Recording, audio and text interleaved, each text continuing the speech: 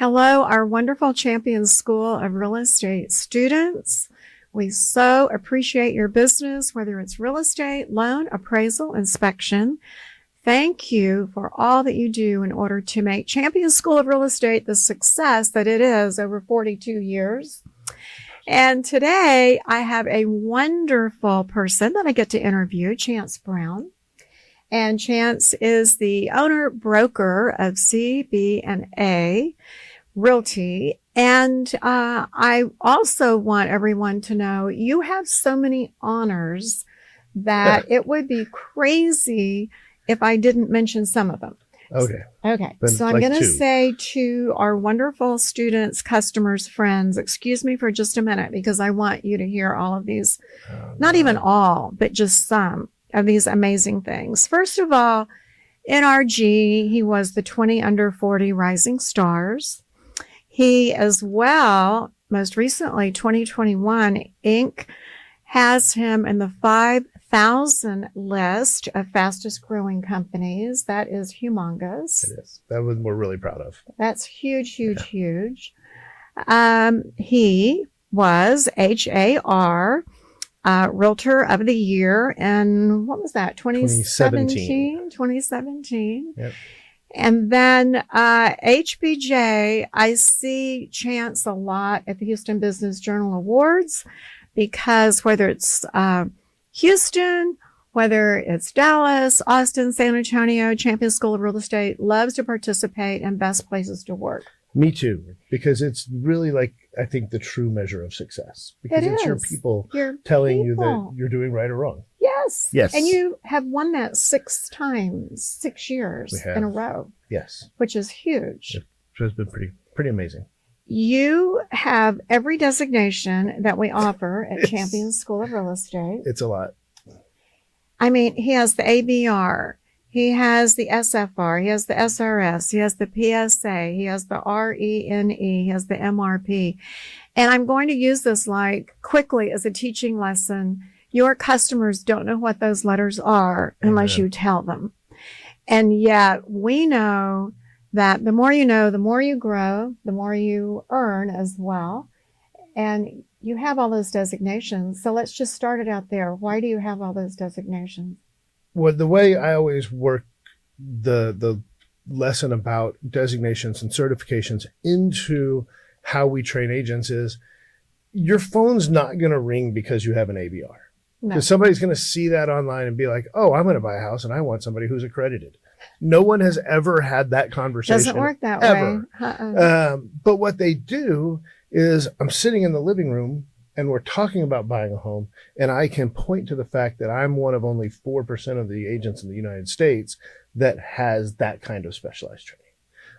Or 1% in Texas that has both the ABR and PSA. So not only help you buy, I'm going to make sure you get a good deal. Exactly.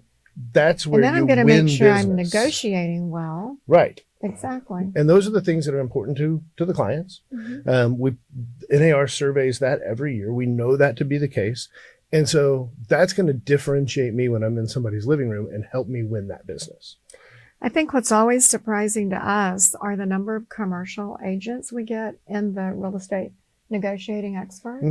They really know how important negotiation is. Yes. And even though it's residentially sort of fine-tuned, they know that they get these nuggets. The principles carry over. You got it. Yeah. Exactly. And I think you look at it from the standpoint of, no one has ever gone into a real estate transaction and said, you know what, I really want to get a bad deal.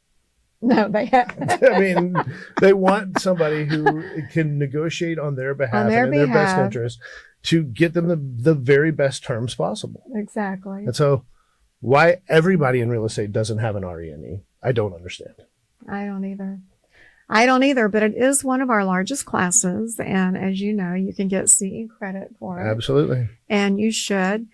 You started out in real estate with a large, well-known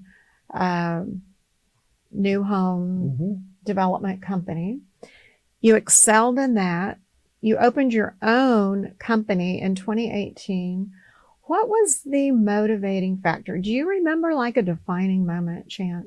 I absolutely remember the defining moment. Okay, fine. In 2012, I had done a lot of real estate by myself. No assistant, back then we didn't have transaction coordinators or anything like that. And my wife and I went away for a weekend at the beginning of 2013. And being the consummate sales professional that I am, I had a plan for 2013. I said, if I can sell 100 transactions in 2012, we're coming out of this recession. 2013, I'm going to do 150. And she was like, or maybe not. And she was like, you're working 20 hours a day. At the time, I was smoking a pack of cigarettes a day. I was eating whatever came out of a bag because I was basically living in my truck all day. And it was just a very unhealthy me. Stressful. Stressed out. I like to blame my hair loss on my kids, but truth of the matter is that those couple of years probably had something to do with it. And we kind of had this weekend of, instead of planning for the next year based off of goals that me and my business coach had set, it was more, what are we going to be when we grow up? Okay. And at the time, you start a team, and nobody really knew what that meant. It was just a word that was kind of floating out there in the universe, or start a brokerage. And at the point that we made the decision, the happiest that I had been professionally was when I worked for the home builder, and I was their sales coach and sales trainer. And I really loved that aspect of being able to pour into our people and help them reach success. Help them be successful. Yes. And that was kind of the deciding factor of, we're going to open a brokerage. The big problem was we didn't really know how to do that at the time. But that was the inflection point. That was your goal. That was it. And you remember exactly that conversation and where you were sitting. But then you went ahead and started working on doing that. A lot of people will have goals and they're excited, and maybe they've had a couple of glasses of wine when they make them. Always helps. And then they don't follow through. True. So what allowed you to follow through? I think it was that driving factor of, for me, it's never really been about money or anything. It's about the fulfillment of the job. And I am fulfilled when I'm helping other people be successful. Like, that's the key to me going home at the end of the day and being happy. That's why you're a good trainer also. I think so. I think it has something to do with it. Yeah. I enjoy it a lot. Right. It's not just something that you get up and you start talking about things because it's going to help them sell more real estate to make you more money. You're helping them build their dream. And that's the key. And change their lives and giving them hope and all of that. It's wonderful. You are right at about 700 agents. Is that correct? Closing in very quickly. Oh my goodness. How in the world did Chance Brown get to that number of agents? What do you look for? And what is your secret? I think our secret is just that we work really hard at it every day. Okay. It's not the recruiting part, but the making sure that the agents get what they need to be successful, because they're our best spokespeople. Over the last 5 years, like 70% of our growth has come from agent to agent word of mouth. And so that I am grateful, obviously, for them speaking so highly of us, but that really is reflective of where we're spending the most of our time and attention. And we work really hard at putting our agents in a place where they can succeed. And in doing so, it attracts the attention of other people. But I think that, it all goes back to that first week that we were open and we had like 4 agents. My operations manager, who's still with us today, she and I sat in a room together and started putting systems and processes together as though we had 500 agents. That was our number then. It was 5. We wanted to have 500. Yeah. I wanted to have 500. Wow. I don't think she did. So you acted as if you already had. We did, and we started building those things into our business. And it's the same thing that I had done as an individual producer, was starting to build systems around how we wanted things to operate. And I think that more than anything probably helped us once we got to a place where we had 50 and we got to a place where we had 100. And so in place, we were already doing things that made sense. Now we've obviously gone and revamped things over the years, but we've never really left the fundamental elements of this is how we got it going. There's so many nuggets out of our conversation that I just want to bring forward to our students that are listening. And that is, act as if. You're brand new, half of you that are watching today. you want to be a success, you may very well want to be a Chance Brown. And it's possible. You've got to put your plan in place and you have to work the plan. Right. And you have to have, you said 20-hour-a-day days at some point. Mm-hmm. And yeah, when you start out, don't think about vacation time. No. Think you are changing your career and you must do what you need to do in order to grow that career. That's it. Yeah. Yeah. And, you know, we made mistakes. I tell the story when we were first open as a brokerage, you know, I went from sitting on the couch in my living room, working on my laptop to, hey, we have an office that we have to pay rent for. And I have a staff person now that I have to pay that's expecting a paycheck and all these other things. And it gets you out of bed in the morning, doesn't it? It does. But we also made the mistake very early on of, hey, I have these bills to pay. Let's just take anybody through the door. Oh. You weren't selective. We were not selective at all. And about 6 months in, I went home to my wife and I was like, I hate this. This was a terrible decision. I should have just stayed selling real estate by myself. And she goes, well, because my wife is way more sensible than me. She's like, well, what is it that you hate? Tell everybody, what is her title in your office? She's the director of Chance because somebody has to be. Somebody has to be.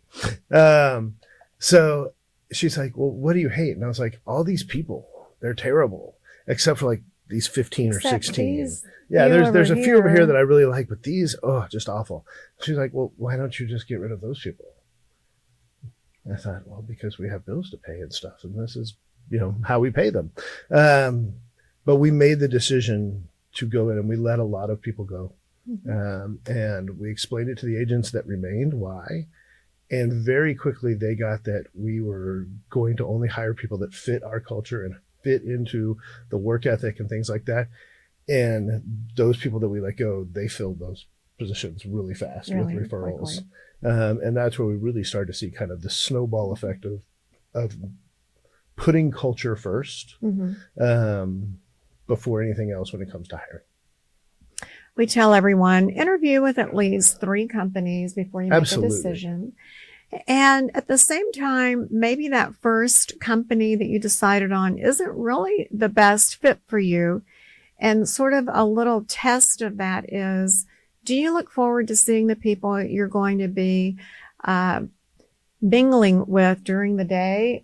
And if you don't really enjoy that particular spirit of that office, if you don't feel good being involved in that, go find another office. Yeah. Another place that fits. That was really smart that you just went in and said, no, this is not working. You're not fitting our culture. But you know, and I'm not telling you anything you don't know, the ones that appreciated that the most were the ones that you kept. Yes, 100%. No doubt about it. It showed that you were a leader. And we still make mistakes on that. We hire the wrong people sometimes, but they just don't last long in our culture. They sort of let themselves go. They realize. Absolutely.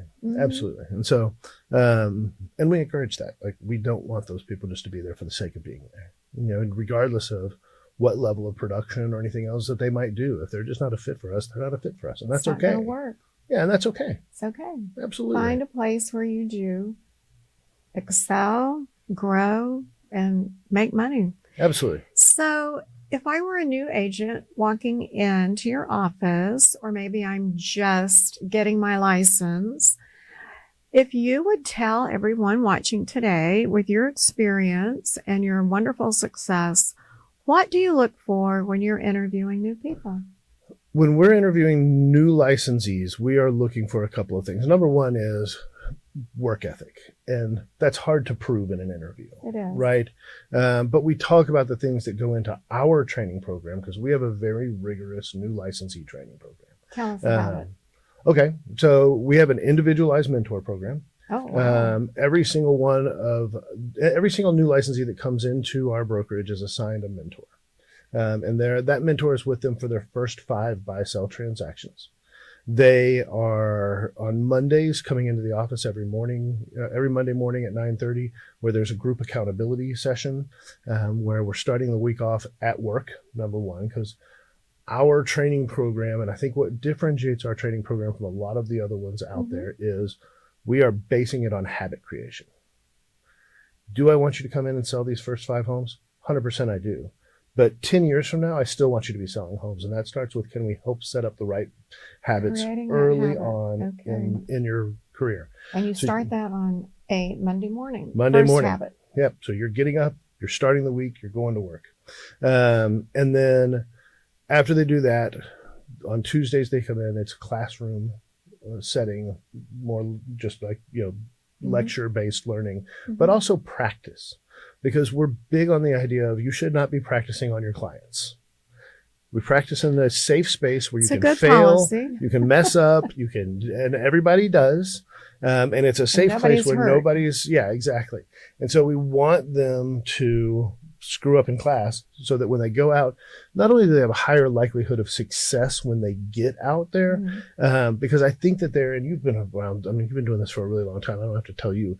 There's an element of, I heard this on a video that so-and-so did, or I heard this at a conference. I'm going to go try it. And the very first time I try it is on a client and it's terrible. And then I say, oh, that sucked. I'm never doing that again.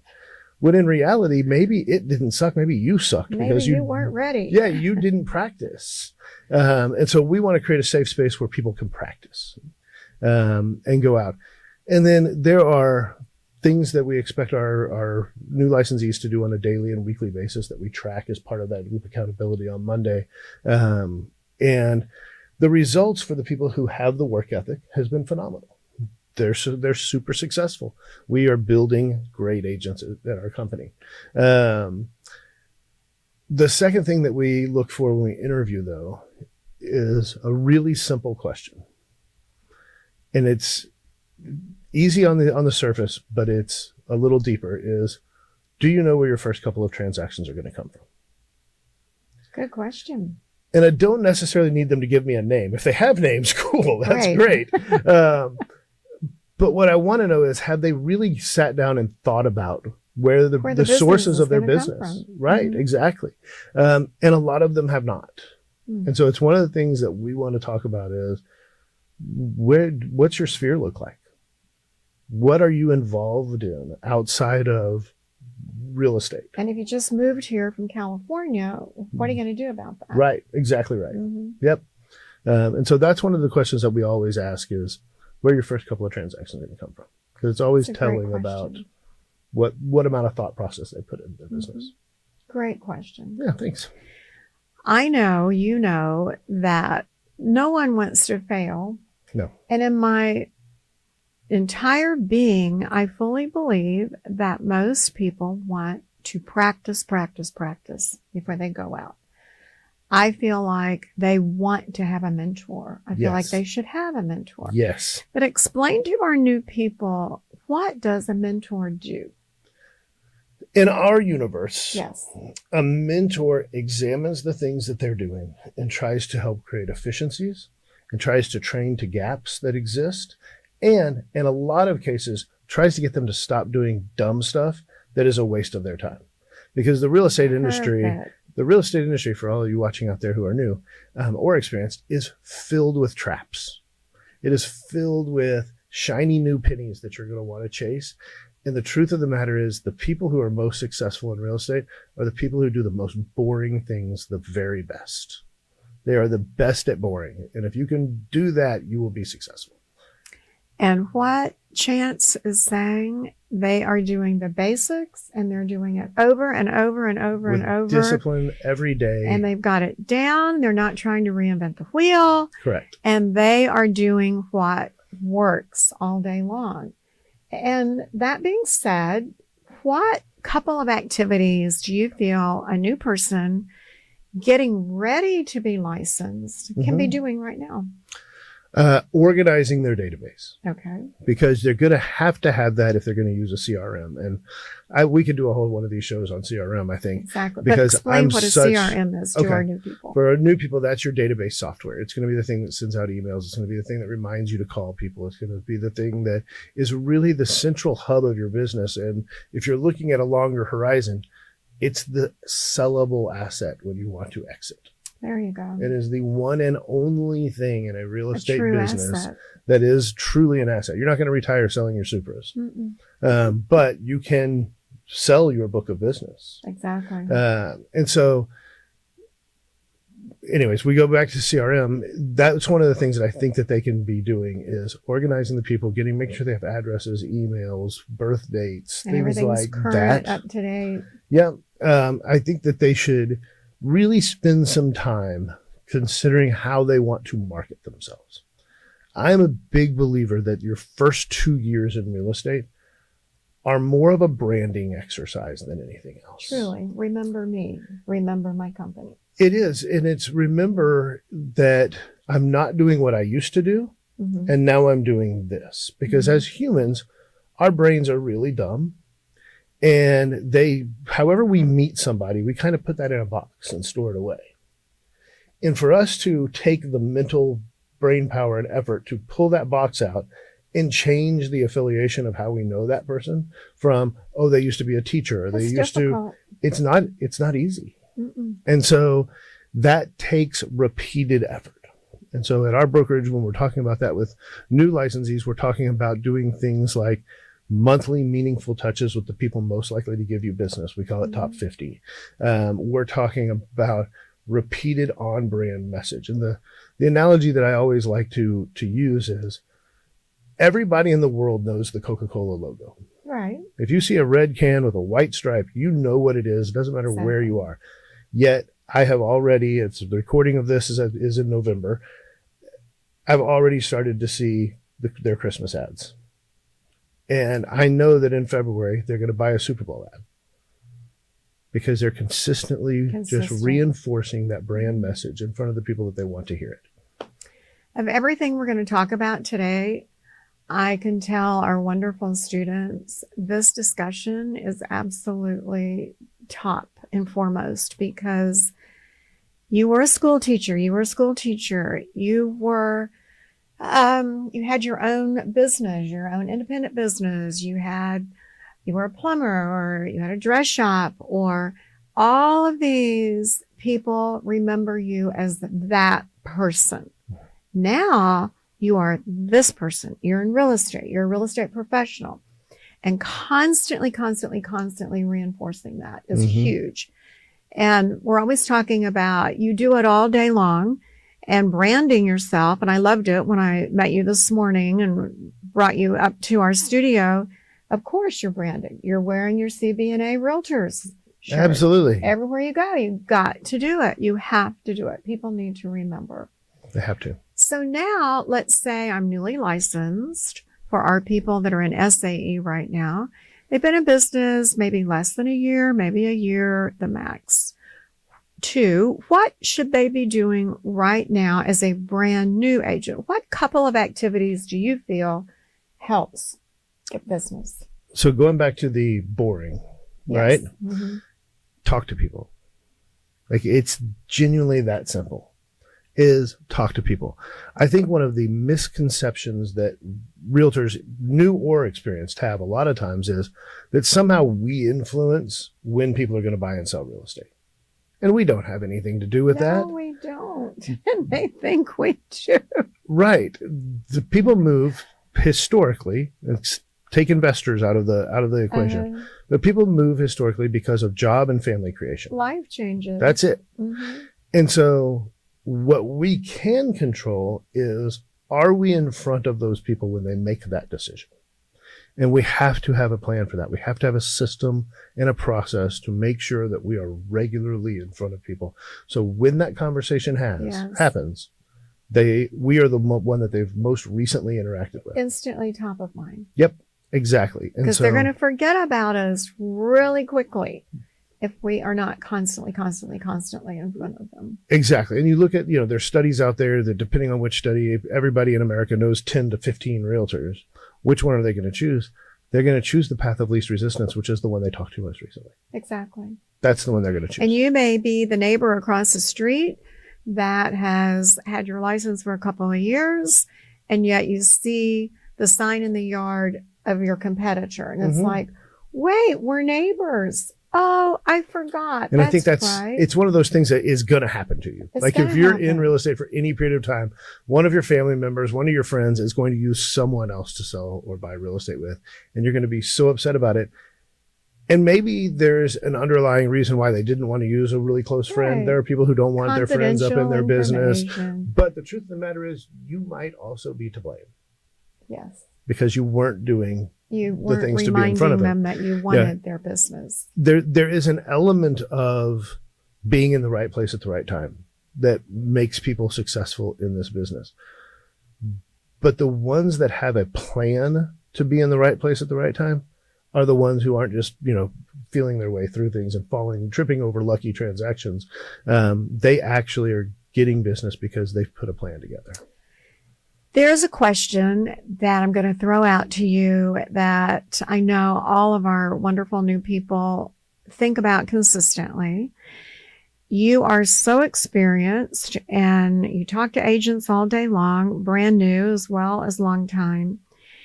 If I'm a brand new agent, I'm going to ask you the number one question they love to ask you, the broker. How long is it going to take me to get a paycheck? What would be your answer? My answer would be it depends a little bit on how deep your sphere of influence is. Okay. If you're the person that you mentioned earlier that just moved to California, Yes. I would be prepared to go 8 to 9 months without a paycheck.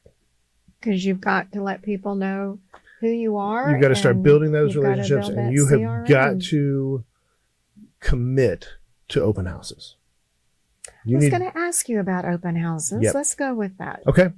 What do you get out of an open house, and how does it work for our brand new people? If they're done correctly, and there is a wrong or right way. There is. If they're done correctly, we still sell a lot of real estate out of open houses. It Yes, is we do. a significant driver of success for new licensees. And so when I talked about there's things that we want our agents to do on a weekly basis, one of those is open houses. And we're Good. tracking that. And here's what we know. We're just coming off of our leadership retreat where we had all of our mentors down in Galveston and all of our leadership team down there. And what we know is that the difference between an agent who is not successful in our system and an agent who is successful in our system isn't that much. It's that slight edge of just doing a couple of extra things that makes all the difference in the world. Because if they're doing it consistently, it's not, hey, I held an open house this weekend. Hey, it's I held an extra 4 this month. That's the big difference. And so Doing it all the time. it's doing it all the time. Consistently. And so, we are big advocates of open houses for new licensees. Again, if they're done correct, which means you're going out and you're circle prospecting, knocking on doors beforehand, you're putting tons and tons of signs out, you have a follow-up lead capture system. And even if it's a passive lead capture system, we were doing an exercise a couple months ago in September, and we were talking to some of our agents about CRM, and 2 of them were working transactions from 10 months before, where all they had done was have them sign in and put them in their CRM and done nothing else. And just the regular follow-up of the CRM, these people came back around. Love it. And so, it's just having those Love systems it. and processes in place. It's not giving up. It's having the system in place and working the system consistently. Every month I invite top leaders in our real estate industry, those that literally work all day long and make money in real estate. And I throw out that very simplistic question about open houses, holding it open.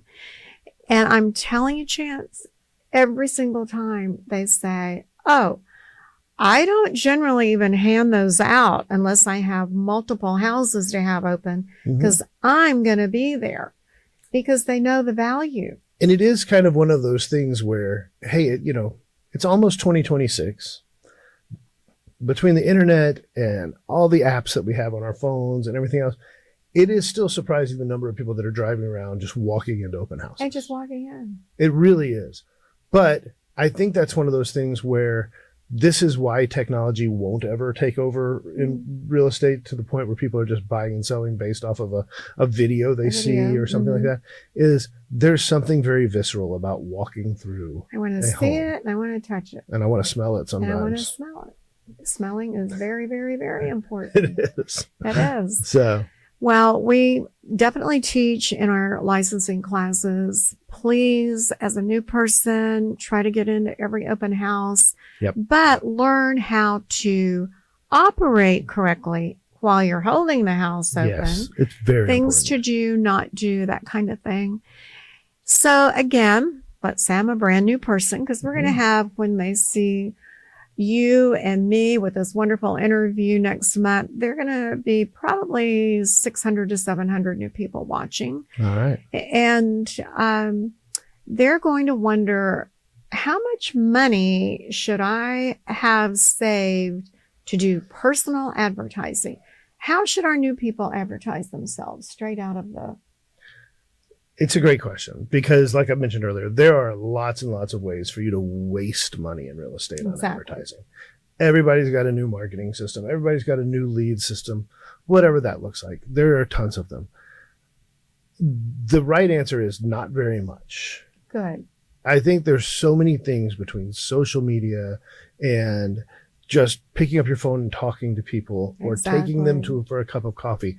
You know, that's where I would budget more money, is in Starbucks gift cards, or, you know, taking somebody to lunch, than I would in paying for ads on Facebook, or paying for this marketing system, or postcards, or anything like that. Spend time. There will come a time in your career once you've built up your business where you can trade that sweat equity for check equity.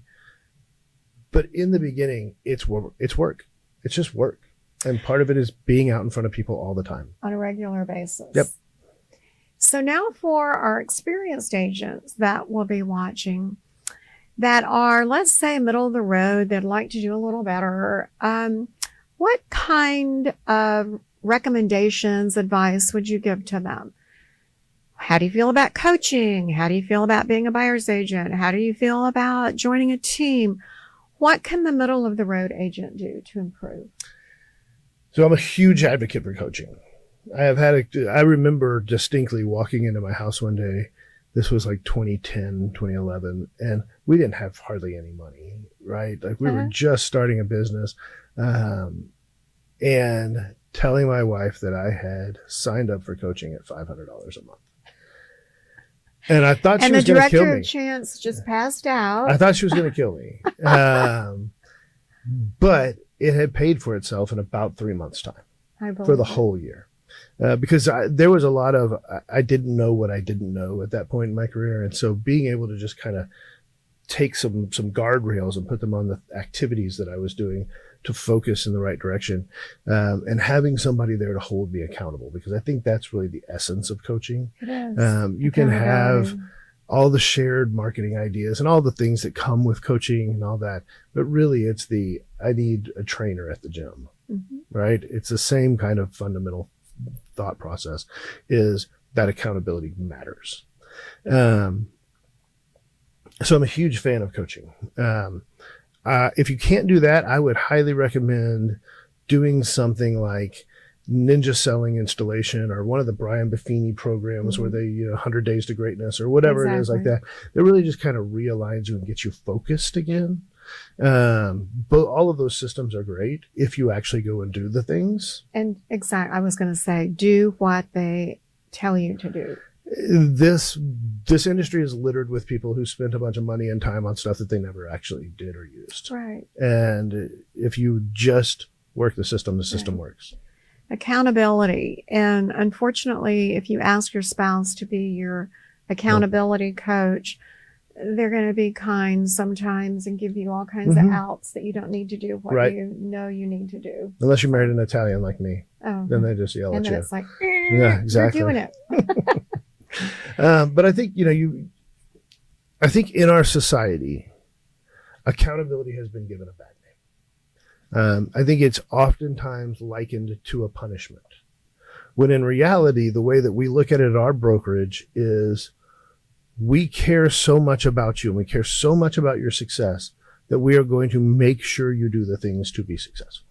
I love it. And I think that's kind of flipping this idea of accountability as a punishment. We are going to follow up to make sure that you do what you need to do to have the paycheck that you desire by the end of the year. And yet we're going to do it on a regular incremental basis. So you're not shocked at the end of the year that you didn't reach your goal. No, because that's one of the things. And it. I think you look at coaching as a prime example. That accountability piece of the puzzle, in our brokerage, we call it inspection. That inspection has to be done fairly. It has to be done consistently. It has to be the same for everybody. And it has to be done on a regular basis. And so they report back to their mentor? Every Monday morning. Love it. Yep. Do your experienced agents have that same responsibility? They do not. Or not. is there a point in time where they're okay? They do not. That's They've expected. got the habit Now we down. put them in place. We put them in a place where if they want to have an accountability partner, and we train to that. Okay. How to have a real accountability partner, not like somebody who's just going to be like, okay, cool. See, talk to you tomorrow, or whatever that is, right? I wish you could see his eye contact when he did that. I mean, it is. It's so true. If you're just checking in with somebody, that's not true accountability. No. True accountability is, hey, I'm going to go do these three things today, and then when I talk to you tomorrow, I'm going to say, did you do those three things? And if you say no, I'm going to ask you why not. Exactly. And what are you going to do to make up for it? Like, how are you going to fix that? And why was stopping off in that Ace Hardware store more important than Correct. making money for your family to pay your bills? That's right. Exactly. You have become one of our TREC commissioners. You are actually the secretary of TREC. Congratulations. Thank you. That is such an honor. It is. Says volumes for your reputation. And that being said, I just want to mention there are a couple of new huge rules coming down the pike effective January 1. And just one of those being, it's going to be more experience hours to get your broker's license. It is. It's basically doubled at this point. It is. And what was the idea behind that? First of all, I think that's excellent because if in fact you want to get a broker's license, you need to have experience in the business. That was the idea behind it. I mean, genuinely, when you look at the way that it's done as of this recording, you don't really have to have sold that much real estate to get a broker's license. And there are a lot of education hours, especially if you don't have a college degree. Yes. So this whole conversation on how we change the broker's licensure really started with can we level the playing field between those who have a college degree and those who don't? I love it because most of our students today, and this is true, reality, our facts, do not have a college degree. And 930 hours is a lot of hours. It's almost impossible. It's a lot. And so we wanted to try and level the playing field a little bit between those who did and those who didn't, so that if you came into real estate and you had an art history degree, nothing against art historians. But it has nothing to do with real estate. Why are we giving you basically full credit for all those hours of education? It just didn't make sense. And as we got deeper into this, we looked at the experience points. And the argument we made to the governor's office was, do you want to have real estate brokers that are good at sitting in a classroom, or do you want to have real estate brokers that are good at selling real estate? At selling real estate. Experience. Yep. Mm-hmm. That was the key. So, well, we know that January 1, 2026, the experience hours will double. And then we're capping off, our industry in Texas, capping off the college degree at 300 hours. Correct. And then everybody needs to take broker responsibility, the 18-hour course, if you're going to be a broker, which can I just say, makes sense. Whether you're going to be a broker or not, it is genuinely, in my opinion, the best class that we put out. And everyone should take it. Yeah. I genuinely wish every licensee would take it. It's a great class. It's updated every 2 years, so it's topical, it's relevant. It is. It's a really You're great getting class. policies, procedures, and contracts. And I love teaching this version of it that has the build your brokerage and it has all the little personas in there and all that, because it's hilarious to watch. You know, when we did the train the trainers for that, which I always sit with Byron Underwood and get in trouble because he's one of my favorite people. We taught 3 of those train the trainer courses before one of the test groups came up with who we thought was going to actually be the broker when we put it together. Wow. The first 3 classes, every group in it put somebody else as the broker. As the broker. Yeah. And so it's super, Interesting. it's just a cool class. It's it's making you think is what Yes. it's doing. And I think that's wonderful and awesome. And yeah, my other question to you is you have devoted so much time to HAR. You have devoted lots of time to NAR. You definitely honored by the governor being appointed as a commissioner. That's a lot of volunteer time with everything you've done on the back end to be acknowledged the way you have. What do you feel about being a volunteer that you devote so much time to that, Chance? So I will start by saying this. When I first got into real estate, I had zero intention of doing any of these things. Okay. None whatsoever. My thought process was, why the heck would I want to hang out in a room full of realtors? None of them are going to buy a house from me. Right? I mean, That's what our would be the experienced point? agents are thinking Yes, right now. absolutely. And then I told you I hired my first business coach, and he asked me, well, what are you doing in the industry? And I said, well, nothing. And I told him the exact same reason why. And he was like, just go sign up for a committee. Oh my goodness. And he's like, you need to be around other agents. This industry, whether you're in a good office or not, doesn't matter. It's so easy to feel like you're on an island because you're working in your car, you're working from home. And I am a huge advocate. In fact, this Friday, we will sit down, our leadership team, and we will calendar out our next year. We put all of our education, we put all of our events, everything on a calendar and start planning now for those things. And one of the things that we do when we do that is very strategically try to have in every one of our offices 3 opportunities each month for agents to be in a room together. Now, sometimes that's our meeting rooms, sometimes that's a classroom, sometimes it's a community service. Repeat that again. Three year agent. We give 3 opportunities for agents to be in a room together. Mm-hmm. Wow. Because we believe that we are really believers that huge. iron sharpens iron. Okay. And I can sit there. I mean, you know this, you're doing what you do for a living. Whatever your instructor says, especially with experienced agents, whatever your instructor says is great. But a lot of the learning is going to be happening on breaks and at lunch when the agents are talking with They're one another, all right? Talking, exchanging and it's that information. informal exchange that I think matters so much. Exactly. It's why I am still a believer in brick and mortar office space. But even if you're not doing that, that's where committee service and volunteerism comes into play. Is I've had the privilege of being in the room with some of the best realtors in the industry from all over the country. And it's just because I signed up. Some of my longtime friends, Martha Turner, Beth Wolf, Travis Kessler, Bob Hale, were from way back when I was really involved with HAR on the education committee. Mm-hmm. I mean, I put their MCE provider number together because that's my board. Right. And I did it because that's what you do. Yes. You're a team player. But in today's world, having that connection with people is so huge. And I honestly, sincerely mean it that is a very, very cool thing to do. Giving opportunities for your agents to actually be face to face with each other. And I'm sure they love it. I think it's so important. There's a not what is said, but who says it element of things. And when they can hear it from somebody else, because, I still sell a little bit of real estate, but I'm not doing the kind of volume that somebody else in my brokerage does. I was going to ask you about that. I'm sure you are selling from your customers, your clients, rather, that come to you and say, I know you've helped me. Not like I used to, but I still do, because I think it's important. Of course. I think as a leader, if I'm not doing the things that the people that I'm leading are doing, how am I going to be able to answer their questions? How am I going to be able to provide? As the leader goes, so go the troops. That's my opinion. Yeah. Well, that's really remarkable. So I don't think, and also I still like it. Yeah. I still enjoy working with clients.